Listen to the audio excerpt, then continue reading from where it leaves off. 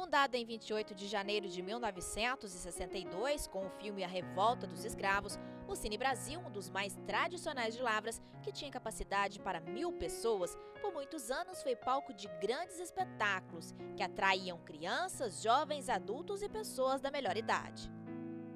A história dele se confunde com a da cidade e com a da Universidade Federal de Lavras, que em meados da década de 60 utilizou o lugar para realizar as sessões oficiais de formatura. A Fundação de Apoio ao Ensino, Pesquisa e Extensão também utilizou o espaço para momentos de comemoração. João é um amante do cinema. Desde a infância, aprendeu com o pai a admirar a arte. Hoje, com 54 anos, ele relembra com saudades a história do Cine Brasil, da qual acompanhou de perto. Meu pai me levava desde pequeno, na sessão no matinê, às 10 da manhã, aos domingos, no Cine Brasil. Então, a partir de 75, eu fui assistir no Cine P, na Zona Norte, o filme Romeu e Julieta. Saí do cinema assim como se tivesse levado um choque. Que história bonita, que filme bonito, que mulher bonita, que homem bonito. Então, a partir desse filme Romeu e Julieta, do Zeffirelli, eu comecei a pesquisar quem era Shakespeare.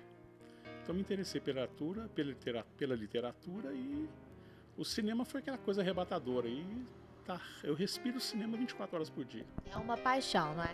Não é uma paixão, é um estilo de vida. Para mim, é um estilo de vida. 1975 foi um dos momentos mais marcantes para João e difíceis para o Cine Brasil. É que justamente nesse ano, o cinema passou por uma crise financeira.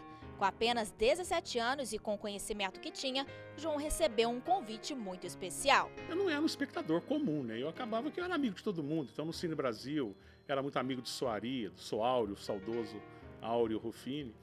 Então, eu dava dicas para ele, até que em 1985, o cinema já com o fechamento do Cine Rio Grande Cine P, em 31 de janeiro de 83, a partir de meados de 85, o Cine Brasil foi colocado à venda. O cinema já estava assim, o advento do videocassete, a televisão. Então, como ele foi colocado à venda, então surgiu um boato na cidade que só eu poderia salvá-lo.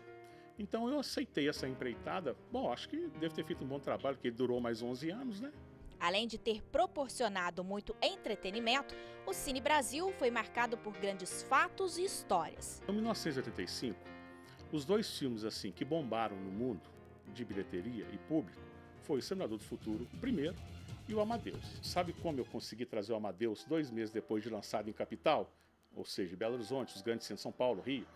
Eu bajulei a secretária com caixa de bombom, cheguei a jogar futebol de salão com eles em Belo Horizonte, doei uma bola de futebol de salão para o time das companhias de cinema lá, e bajulei ele no aniversário dele com uma garrafa, com 3 garrafas de vinho e tal, e ele me deu o Amadeus. Eu tinha que bolar um marketing para poder ver fila, que o cinema já não tinha mais fila. Então, no domingo, era assim, eu vendia ingresso também, além de ser gerente, eu vendia ingresso também. Então, no domingo especificamente, antes de eu chegar, eu sou Júlio Torquetti, já aposentado, também vim começar a vender ingresso. Você vendia o ingresso. Mas eu escondi a chave da gerência para que ele não tivesse acesso ao bilhete antes de eu chegar, para a sessão das 8h30. Então, 15 para 8, o telefone toca lá em casa, e eu quietinho, nada, estava prontinho. 5 para 8, nada. Saí de casa 8 horas e foram lá em casa, o telefone parava de tocar, o pessoal desesperado, cadê o João, cadê os ingressos? Quando foi 8 horas, saí de casa. E cheguei lá, a fila já estava na belinha. Pra você ter uma noção, a fila para comprar ingresso estava na belinha.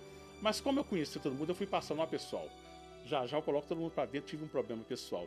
Quando eu entrei no cinema, o Vico, então, que era o gerente, o dono, junto com o Zé Geraldo, você está demitido, João, falei. Tudo bem.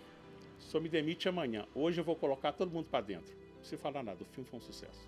Depois de marcar vidas e fazer história através da cultura, o Cine Brasil, em 1996, encerrou suas atividades. Hoje, os detalhes que marcam a entrada do cinema são de obras. No lugar, depois de ter abrigado uma loja que será construída a sede de uma agência bancária.